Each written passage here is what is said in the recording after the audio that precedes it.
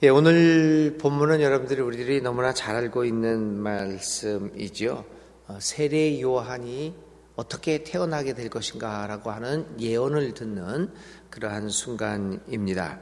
이제 천사가 가브리엘이라고 하는 천사가 사가랴에게 나타나서 세례 요한의 아버지죠. 이 아들이 탄생할 것이다라고 하는 그것을 소식을 전하는 장면이 오늘 우리가 읽은 말씀입니다. 세례 요한은 누구였습니까? 예수님과 비슷한 시기에 이 역사에 나타나서 무엇보다도 예언자의 맥이 끊어졌던 이스라엘 역사에서 다시금 예언 운동을 일으켰던 사람으로 알려져 있습니다. 우리가 알기는 근 400년 동안 말라기 예언자를 마지막으로 해서 예언 운동이 끊어졌습니다. 이 이야기는 뭐냐 하면 제가 누차 얘기하지만 성경에서 예언은 앞일을 내다보는 게 아닙니다. 그거 우리 분명히 하셔야 합니다. 말은 예언이지만은 앞일을 내다보고 당신 어떻게 될 것이오 이거 아시오 이 이야기가 결코 아니라는 것을 우리는 다시 한번 새겨봐야 됩니다. 이게 가장 우리가 자꾸만 이 말에 속는가 보다는 이 단어가 그렇다 보니까 자꾸만 이 단어들을 우리가 일반적으로 생각하는 의미로 이해하는 경향이 우리들이 강하지요. 근데 이 종교적 언어, 특별히 성경적 언어는 다른 말이 없어서 이렇게 표현을 한 것이지만 일반적으로 알려져 있는 사전적 의미가 아닌 것들이 상당히 많이 있습니다. 그래서 예언도 그 중에 하나입니다.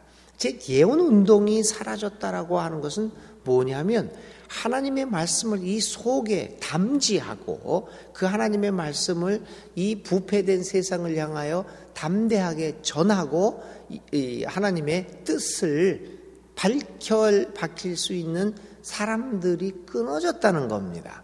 그러니까 다른 얘기로 하면 하나님이 직접 계시를 우리에게 말하는 것이 끊어졌다는 겁니다.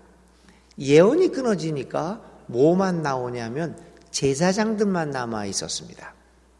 아시다시피 제사장은 그 당시에는 이렇게 세습되는 거였죠.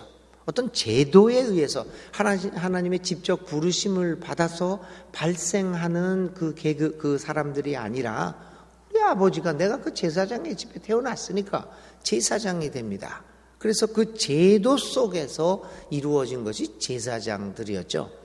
근데 이 제사장과 예언자들이 나타나서 적절한 균형을 이루었어야 되는데 어쩐 일인지 400년 가까이 이 예언 운동이 끊어졌습니다. 그러니까 제도로 이루어진 신분으로 이루어진 제사장만이 있었던 시절이었습니다. 우리는 그거를 하나님이 침묵하던 시대다 이렇게 표현을 하죠. 예언자가 없어졌습니다.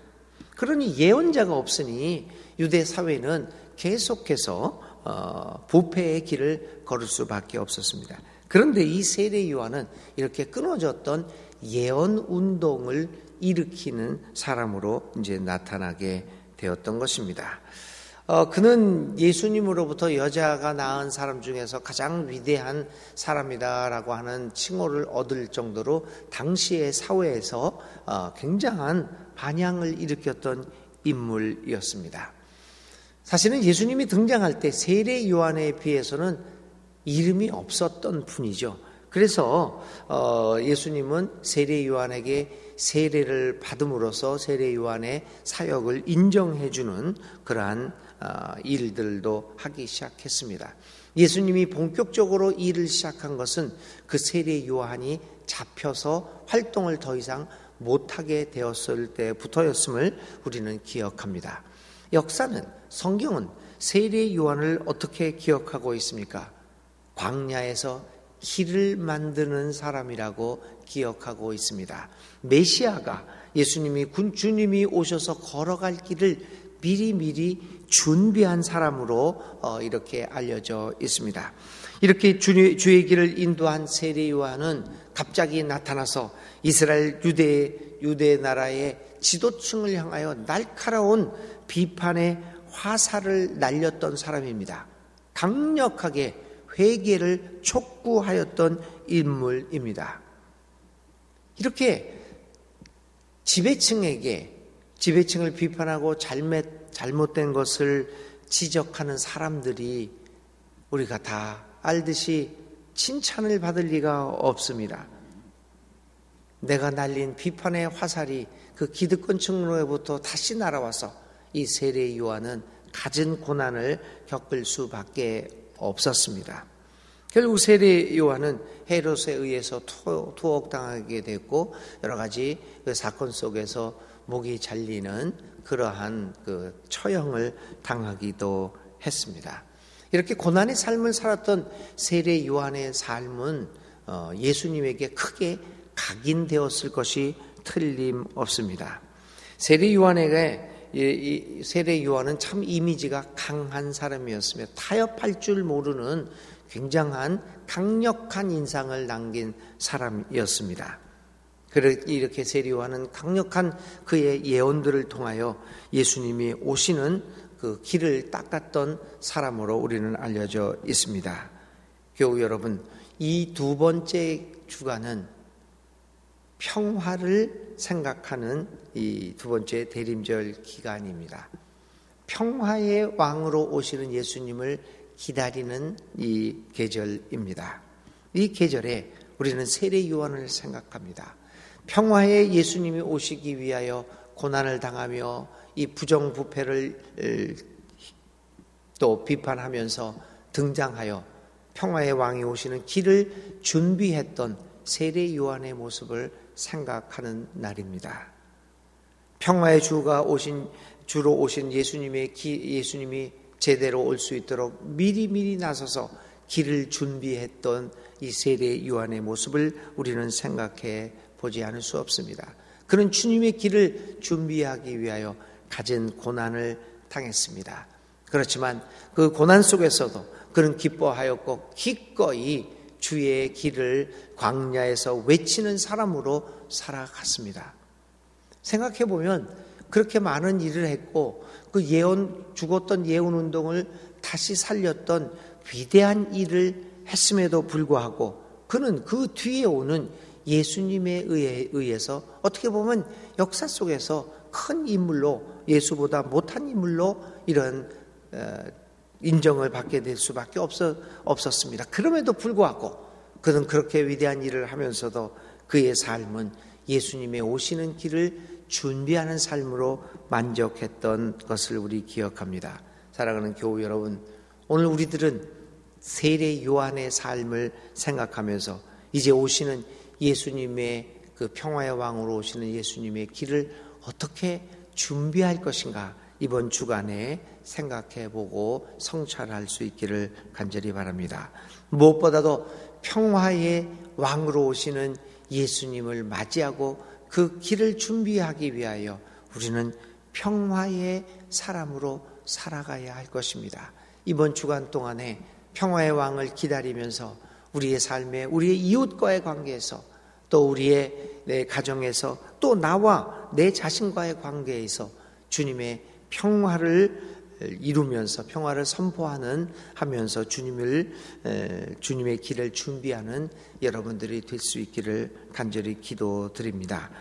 내가 나로 인해서 내 가정이 평화가 이루어지고 있는지, 내가 속한 공동체가 나로 인해서 평화로운지, 또 나로 인해서 평화의 주이신 예수님이 드러나고 있는지를 이 대림절 둘째 주간을 보내면서 묵상해 볼 수 있기를 간절히 기도드립니다. 오늘의 생각할 말씀은 평화의 사람 되기입니다.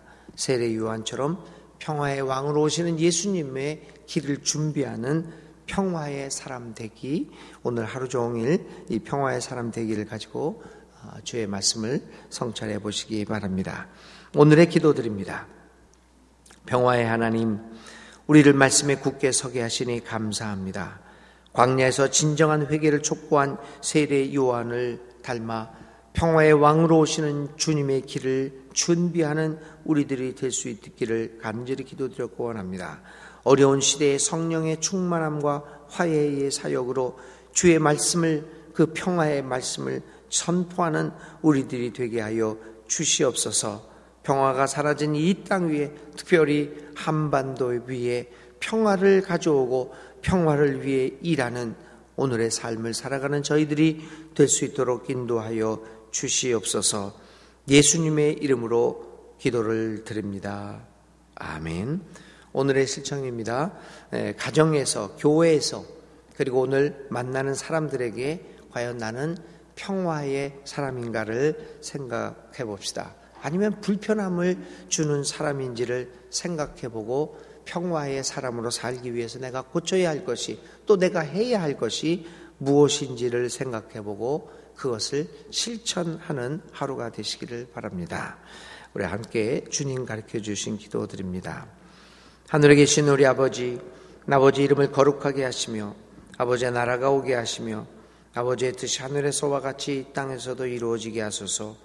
오늘 우리에게 일용할 양식을 주시고 우리가 우리에게 잘못한 사람을 용서하여 준 것 같이 우리 죄를 용서하여 주시고 우리를 시험에 빠지지 않게 하시고 악에서 구하소서. 나라와 권능과 영광이 영원히 아버지의 것입니다. 아멘.